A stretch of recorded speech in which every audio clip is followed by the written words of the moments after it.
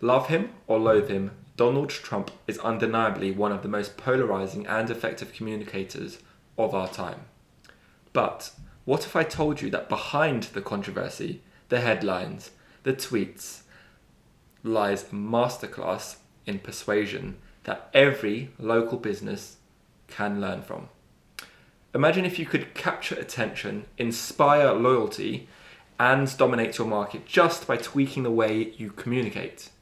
In today's episode, we'll be breaking down Trump's bold and unapologetic playbook and revealing how you can apply his strategies without the politics to transform your local business.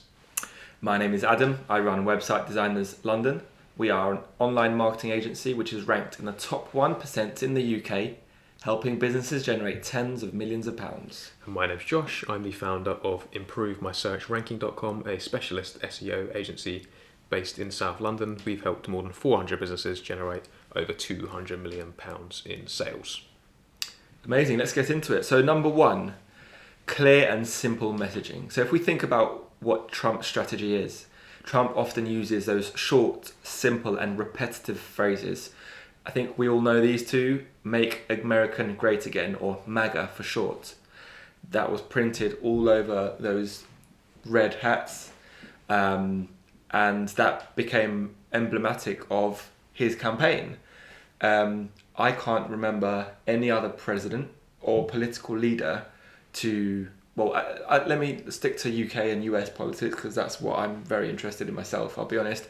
I can't think of, in my lifetime, any other president or leader or prime minister developing such a catchphrase which was adopted and instantly recognizable by people worldwide. I don't know. Can you think of anything, Josh? I feel like Obama had one, but I can't remember what it is now. There we go. Yeah. But you can't remember what it is. That's the crazy thing about it, right? So, I mean, Obama's catchphrase, I can't even think of what it is. Yes, we can. Yes, we can. Yeah, I do remember that. But only after prompting it in Google. Yeah, I mean, ultimately, we just typed that in Google, and you probably heard of the keys typing away with our new mic. Excuse me, but ultimately, I followed Trump a lot, and I can't remember that being synonymous with Trump. Mm-hmm. I don't know. Definitely not as effective as Trump. Mm-hmm. Yeah. So, build the wall was another one. He's got loads, right? Drill, baby, drill. Drill, baby, drill. Yeah, that's basically his. What he was referring to: drilling oil fields in order to generate more oil and therefore reduce the price of oil. That's what he's trying to do at the moment. In fact, he's talking to his Saudi Arabian counterparts at the moment. Bearing in mind we're recording this the week ending on 26th of Jan 2025. So I believe this week he went to his Saudi Arabian counterparts and asked them to produce more and lower which will then obviously increase supply, and then that will reduce the price. But anyway, this isn't an economics lesson or an economics podcast or a political podcast. This isn't us, by the way, endorsing or not endorsing Trump. We're not expressing our political opinions. All we're doing here is, obviously, he won the biggest, the most important role in the free world, the so-called free world, the biggest, the most prominent, the most powerful role in the world, hence why we wanted to do this podcast. So again, whether we agree with these phrases or not, they are bloody effective. His language is always straightforward. It makes it easy for audiences to understand and to remember. That's the key thing. So how can you adopt that in local businesses? I guess just ensure you have short, memorable slogans. So fresh coffee every day, or your local fix-it shop. So use simple, jargon-free language and marketing materials to connect with a broad audience and repeat this key message consistently across all platforms, social media, website, all communications, to reinforce that brand identity. And I just want to give huge credit to Josh for this. And I know you got inspiration from other places, but Josh has got this social media campaign which is all about guaranteeing results in 90 days for search engine optimization services. And that's been super effective for you. Why do you think it's been super effective for you talking about this kind of messaging? Pure and simple? It's clear, it's simple, it's to the point, it tells you exactly what you're going to get. And it's just very easily understandable. And for anyone who wants to learn more about how we came up with that strategy, you could look at what's called the Hormozy value equation. If you just Google that, you can get a breakdown of how to come up with a message in a similar fashion. Amazing. So let's move on. Josh, go for it. Yeah, so the second point we've got is Trump's use of emotional appeal. So he often taps into the audience's emotions, whether that be hope, fear, pride, by addressing their pain points and desires. So as a local business, one thing we always preach is you should understand what your customers' pain points are, and then create headlines and hooks and blog posts and sales copy that are aviating, is that the word? Those pain points, getting people past those pain points. Solving those pain points. Yeah, solving. That's a better word. It's a more clear, simple message. Yeah. So, and also by tapping into people's emotions, they're more likely to listen to what you're saying and more likely to act. So often with advertising, you should lead with emotion, and then afterwards, once you've got their attention, then you try to convince with logic. So by starting off with an emotional appeal, that does bring people in to your advertising. So an example for this may be if you're a local restaurant or maybe a company that supplies dinners, give it no time to cook, we've got dinner covered. That could be one application of using that emotional appeal. It could be, are you not getting enough customers for your business? Then we've got you covered with our guaranteed results in 90 days or less. There we go. That's really cool. So emotional appeal and with clear and simple messaging. Number 3 is boldness and confidence. So Trump does speak with this unshakable confidence, even when making controversial statements, right? So the approach kind of really builds that authority and trust amongst his followers. And even when they're controversial. So for example, he might say things like, I will deport truckloads or bus loads or plane loads back across the border. Those are bold statements. Or things like, I'll make everybody rich. I don't think he's ever said that, but something along those lines, right? So, he always talks about how the stock market was an all-time high when he left office in his first term.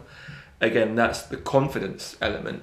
So he delivers bold, and in fact, I just want to loop into this boldness statement. This week, I went to a interview with it was a commercial real estate event. And there was a chap there who was a Iranian immigrant to the UK, and he essentially had nothing really when he came over with his family, and now he's a CEO of a REIT, which is a real estate investment trust. Basically a company that holds a load of commercial property, £3 billion of commercial property. And one of the kind of takeaways that I took from that was make bold decisions, but then ground them in logic. Because more often than not, you'll make the right call. And if the decision turns out to be wrong, you'll know it was based on the best information available at that time. So essentially, the real risk lies in missing those opportunities by not being bold enough. And I think you alluded to this a few weeks ago, in fact, to say, when you have a marketing campaign, be bold, because that's what people are going to be attracted to. And then you can clarify what you mean by that. So, for example, I don't know, web design in less than 10 days. Okay, now that seems quite a bold statement. So professional web design, a website designed in 10 days is quite a bold statement and quite far-fetched, some would say. However, if you put all 10 team members on this one job and prioritize this one job, it's achievable, and therefore the customer will have to pay a significant amount more than if they just went through with a standard timeline of, I don't know, 30 days or 4 to 6 weeks. So I think that, yeah, I mean, anything you want to add on that bold point? No, I don't think so. I think it kind of builds onto the next point, which is point 4, the kind of leveraging controversy and curiosity. So, before we go on to that, and sorry to interject there, Josh, the application for local businesses. Oh, yes. So be confident in your offerings. So, for example, we guarantee the best pizza in town. If I'm just making this applicable for local businesses, seeing as it's a podcast for local businesses, we guarantee the best pizza in town. You could then say, okay, if you don't like your pizza, come back, we'll give you a refund. The amount of people that are going to come back to your call up to get a refund is going to be low, right? So, you might find, I don't know, you'll have a 30% increase in revenues and profits through selling. So let's say 30% increase in sales, and maybe you have a 5% refund rate, but overall you're still going to make money. It's very similar to what Domino's Pizzas did as well. With we guarantee a pizza delivery within half an hour or so. So that was a really big statement, big guarantee. And some people got their pizzas for free, but they increased their sales so much that it made sense to do that. Agreed. See, that's a fantastic example. Show convictions in social media posts, ads, and communication, customer interactions. So, mean it, essentially. And boldly highlight what sets you apart. Everybody needs, well, I say everybody, let me take a step back. I was going to say everybody needs a USP, a unique selling point, but not necessarily. But if you have a unique selling point, it'll be easy for you to market. So the only bakery in town using 100% organic ingredients, I certainly would go to that bakery, because you chuck the word organic in front of me personally, I'll pay 2 times the price, and I'll be down there, and if something says non-toxic, Josh will be down there as well. Cool. Over to you. All right, awesome. So number 4 is leveraging controversy and curiosity. So Donald Trump uses a lot of controversy on purpose, maybe not on purpose, but it really brings up a lot of attention to his brand, to what he's offering. And then the similar people, Piers Morgan, the Tate brothers, maybe, these kind of people, they cause a lot of controversy, and it gets a lot of eyeballs onto their content. So this is a really, it's definitely a good strategy to use. So a way you could use this for a local business is you can, again, create bold or intriguing campaigns. So, for example, why our gym says no to diet fads. You could use curiosity-driven headlines in content marketing. For example, what every local needs to know about coffee quality. It's quite a tongue twister. Yes. And you want to avoid offensive controversy, but embrace opportunities to spark debates around your industry. There's the phrase, all publicity is good publicity. Yes, that's it. Fantastic. Thank you, Josh. So number 5, storytelling and relatability. I think this is probably being simple, clear in your messaging, and being bold is probably quite easy to do. The simple, clear is easy to do. Bold, you need to be confident as well. As in, if you're going to stick a claim out there to say you're going to deliver page 1 guarantee in 90 days, you need to have substance behind what you're doing. So the storytelling, I think, is a little bit more difficult, I would say. So storytelling and relatability. So Trump's strategy was always to share relatable anecdotes and tell stories that resonate with his audience, even if they simplify extremely complex issues. So I guess a way, the application for local businesses could be, sharing your business's origin story in an engaging way. So we started as a family hobby.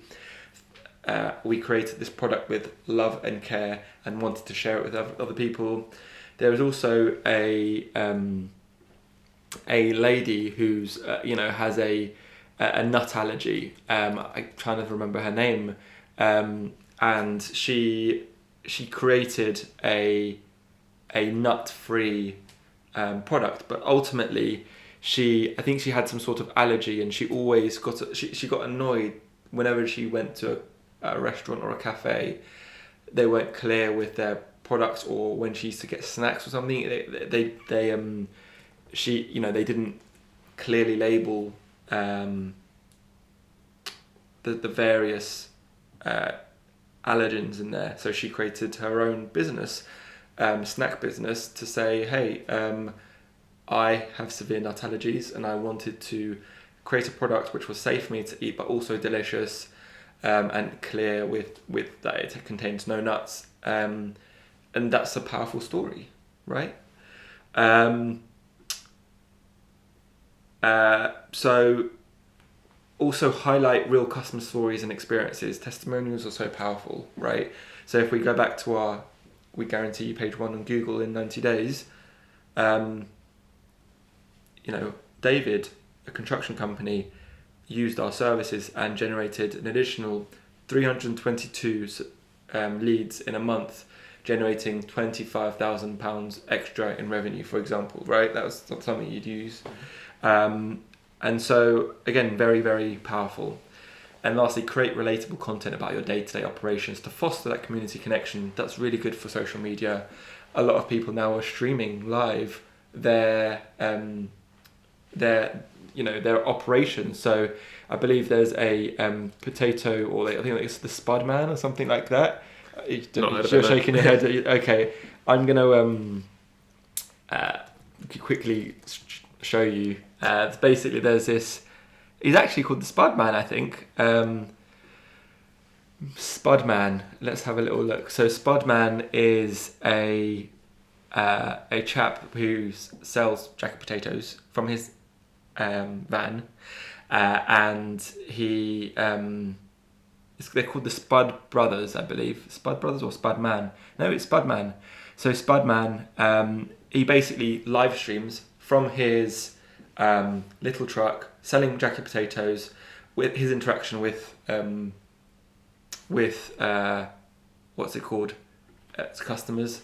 And if you think about it, I was just playing one of his videos there, but essentially he's got a huge following just by doing something very similar. He's got 90.1 million likes on TikTok, 3.9 million followers on TikTok, just by showing him put beans and cheese on a potato.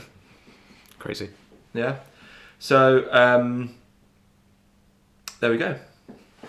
Cool. Number 6 on our list is focus on a target audience. So you can't be everything to everyone. You need to hone in on your target audience, on your ideal customer profile, which is something we've kind of spoke about in previous episodes. So Trump does this very well. He purposely tailors his communication to his core base, knowing that that core base is enough people to get him elected. So whatever your target market is, what are their pain points? What are the common things they need help with? And make sure you're addressing those needs and concerns in your messaging, in your advertisements. So as a local business, you need to know your target demographic, who your ideal customer is. If you don't know that, maybe do a review of your last 100 customers. What's the average age? What's the gender? Where do they live? What kind of interests they have? Maybe you could run a survey to get this information. And once you know that, you can then start using that information to build your messaging upon. Another application could be to use localized marketing. So again, it's based on your demographic, your target market. So if you know most of your customers come from northwest London, then you can advertise specifically in that area. You can do advertisements that only appear in those certain postcodes or locations. And you can also think, if you have one kind of core group of customers, but can that core group of customers be broken down into separate categories? So you might have different advertisements for different segments of your market. So you might have some for women, and some for men, some for children, some for adults, and maybe like discounts for senior citizens, or some sort of referral program as well. So these are a few ways you can kind of hone in on your target audience in a Trump-like fashion. Amazing. Number 7 is repetition and consistency. So the amount of times Trump says the same thing over and over and over and over again, and the audience end up chanting it, right? Lock her up to Hillary Clinton first term. That was one of the things, Trump was trying to convince, and his messaging was essentially that Hillary was what he called crooked Hillary, as in she was he broke the law and stuff like that. That was his, I believe that was his claim. I might be wrong. In fact, let me withdraw that just in case I get sued. But I do know, for example, that he referred to as crooked Hillary, and when someone's crooked, typically it means they bend the law. So well, that's my opinion definition of crooked. Just be, he repeats key messages until they become ingrained in the audience's mind. We don't even live in the US. Crooked Hillary, lock her up. And then I can remember the crowd when he goes to rallies shout, lock her up, lock her up. Anyway, so how can you apply this to your local business? Don't go wanting your customers to be locked up, but instead maintain consistent branding and messaging across all the social media, the signage, your ads, everything, your website. Reiterate constantly your special offers and services in every single campaign, and make your slogan or tagline a staple of all communications. Very, very simple. Repeat, be consistent. And finally, we have got maybe what's made Donald Trump president again is the use of social media. I think some people claim this is the first election that was solely or mainly influenced by social media and like podcasts, the podcast election. So Trump leverages platforms like Twitter and he's got his own one, doesn't he? It's called Truth Social. But he in his first campaign, I think he was very heavily reliant on Twitter and other social media channels, so he can kind of directly engage with his target audience, bypassing traditional media. So he doesn't need the permission of the old school newspapers and TV networks to get in front of his target market. He went directly to them via social media. So yes, you, as a local business, obviously it's probably very clear you should be posting on social media often, whether it be advertisements or just general posts on Instagram, Facebook, TikTok. There's all sorts of things you could post. I think we probably spoke about that in previous episodes. But like the Spud Man, you can do kind of your live streaming of whatever your business is, a day in the life of whatever you do. You could film and upload case studies, examples, take pictures of your products and services. So yeah, make sure you're using social media effectively would probably be one of Trump's first recommendations if he became the CEO of your business and he saw that you hadn't used Facebook in the last 24 months. So yeah, other than that, you can use polls and Q&A sessions, live videos, live streaming. Just basically interact directly with your customers as much as you possibly can, and you can then build up your brand with your simple messaging, with your repetition, and everything else we spoke about in this episode. Amazing. So just to recap, number 1, clear and simple messaging. Number 2, create the emotional appeal. Number 3, be bold and be confident in your claim and your main offering. Number 4, leverage controversy and curiosity. If you're not confident enough being controversial, which to be fair, I try to steer away from that. Leverage curiosity. Number 5, storytelling and relatability. Embrace those 2 things. Number 6, focus on a target audience or a niche. Number 7, repeat, and be consistent. Finally, number 8, use social media effectively because it's powerful and it's free. It can be free. So we hope you've enjoyed listening to this podcast about running your business like Donald Trump and the bold tactics for winning big. My name's been Adam. And I'm Josh. Thank you very much.